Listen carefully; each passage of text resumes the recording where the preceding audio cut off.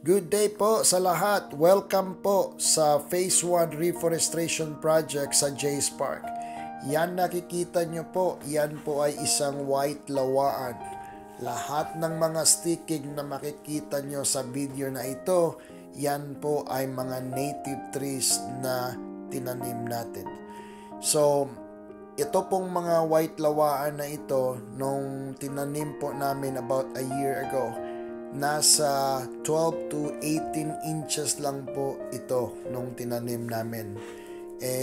Ngayon po, nasa average na po sila between 4 feet to 5 feet na po yung iba.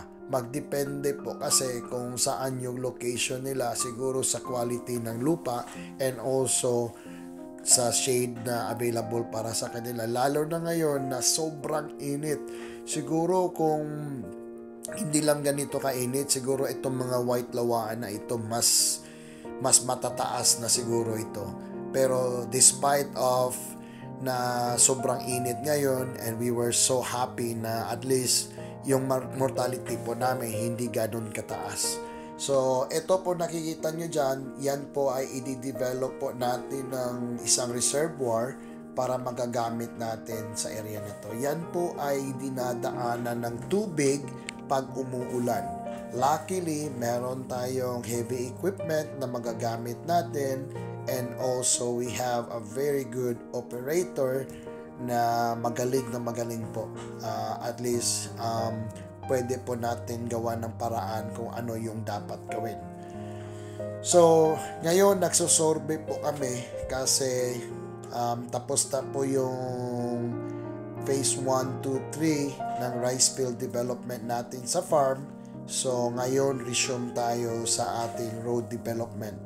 So far po, almost halfway na po yung road na to para makabalik sa itaas. So, ang challenge lang po namin dito sa area na to, kasi nga nauna yung planting namin bago yung road development. So, importante po na gagawa tayo ng magandang plano para maghanap tayo ng route na kung saan po pwede natin i-avoid yung mga seedlings natin o yung mga bagong tanim natin. Pero kung talagang walang choice, pwede naman natin silang i-relocate.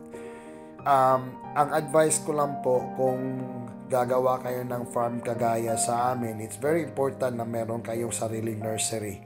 Kasi kahit ano pang gagawin nyo, mortality ay talagang mangyari. So, it's important na meron kayong nursery para kung meron kayong mga mortality, pwede ninyong palitan.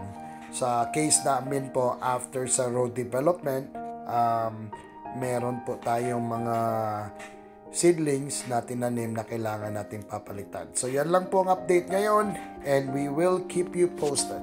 Thank you.